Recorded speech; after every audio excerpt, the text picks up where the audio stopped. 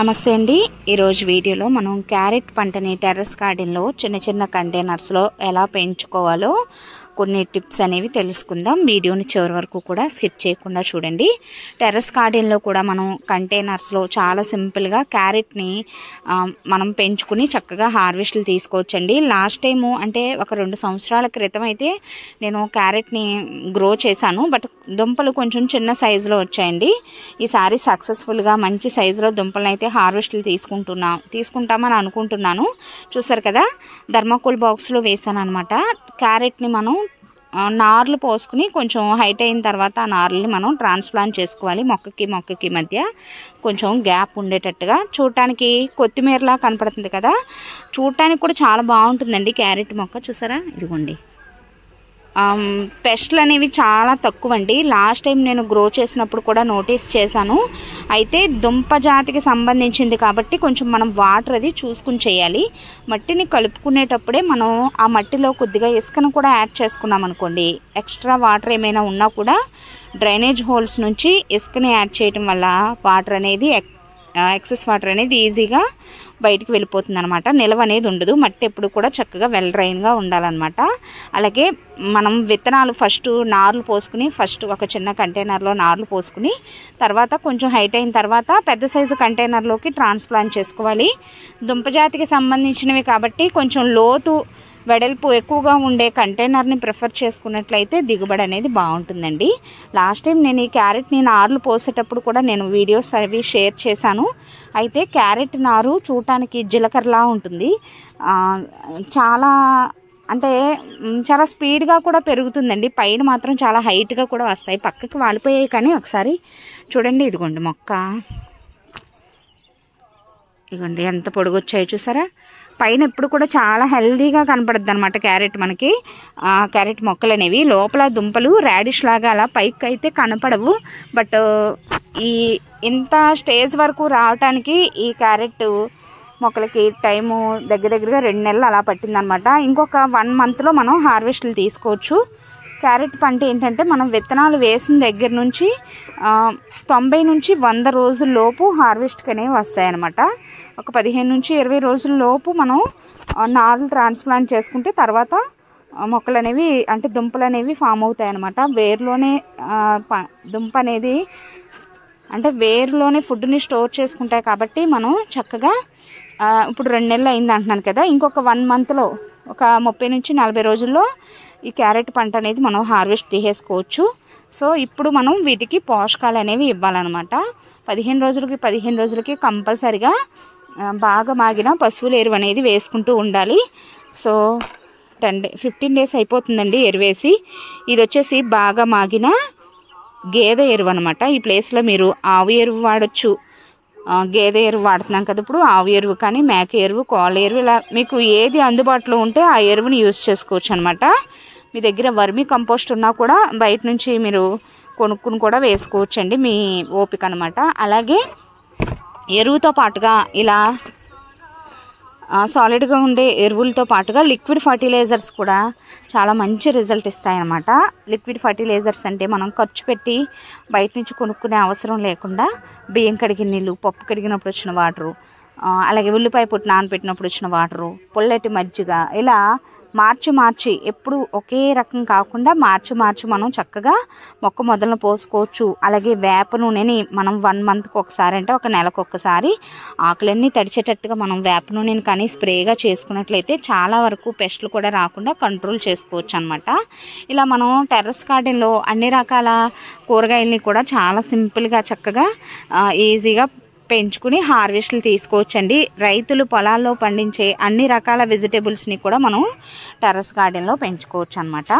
So carrot పంటని మనం 90 నుంచి 100 రోజుల లోపు హార్వెస్ట్లు తీసేసుకోవచ్చు అన్నాం కదా, ఇప్పటికి 2 నెలలు అవుతుంది, ఇంకొక 1 మంత్ మనం వెయిట్ చేయాలన్నమాట। కంటైనర్ సైజుని బట్టి కొంచెం ఎరువు అది వేసుకుంటే ఈ స్టేజ్ నుంచి మనం కొంచెం మంచిగా ఎరువులు, లిక్విడ్ ఫర్టిలైజర్స్ అలా 10 రోజులకి వారానికి అలా ఇస్తూ ఉన్నామనుకోండి, దుంప అనేది బాగా ఊరుతుందనమాట లోపల। బోన్ మీల్ కూడా వేసుకోవచ్చండి। మట్టిని కలుపుకునేటప్పుడే మనం కొద్దిగా బోన్ మీల్ని వేసుకుంటే అదేంటంటే బోన్ మీలు మనం వేసిన వెంటనే మొక్కకు అందదండి, స్లోగా అది డీకంపోజ్ అయ్యి స్లోగా మొక్కకి అందుతుంది అనమాట. డీకంపోజ్ కాదు, సారీ, ఆ బోన్ మీల్ అనేది స్లోగా మొక్క అబ్జర్వ్ చేసుకుంటుంది. 1 month టైం అలా పడుతుందండి అది అబ్జర్వ్ చేసుకోవటానికి. సో మనం మొక్కని వేసుకునేటప్పుడు, మట్టిని కలుపుకునేటప్పుడే మనం కొద్దిగా ఇంత ఒక కంటైనర్ సైజుని బట్టి 1 స్పూను అలా బోన్ మీల్ని కానీ మట్టిలో కలిపేసుకుని మొక్కలు పెట్టుకున్నట్లయితే చక్కగా మొక్కకి అవసరమైన టైంలో మంచి పోషకాలు అనేవి మొక్కకు అందుతాయి అన్నమాట. లాస్ట్ టైం క్యారెట్ పంటని హార్వెస్ట్లు తీసుకుంటున్నప్పుడు చాలా అంటే ఎంత సంతోషం అనిపించిందోనండి ఆ దుంపల్ని చూసినప్పుడు. అయితే షాపుల్లో మార్కెట్లో కొన్నప్పుడు పొడవుగా మంచి సైజులో ఉంటాయి కదా, ఆ సైజులో అయితే రాలేదు. జస్ట్ అలా వేసి వదిలేసాను అనమాట, ఎలాంటి కేర్ తీసుకోలేదు. బట్ పైన అయితే మాత్రం మొక్కలు ఇలాగే హెల్దీగా పెరిగాయి, కానీ లోపల దుంపలు కొంచెం చిన్నగా షార్ట్ వెరైటీ లాగా వచ్చాయన్నమాట.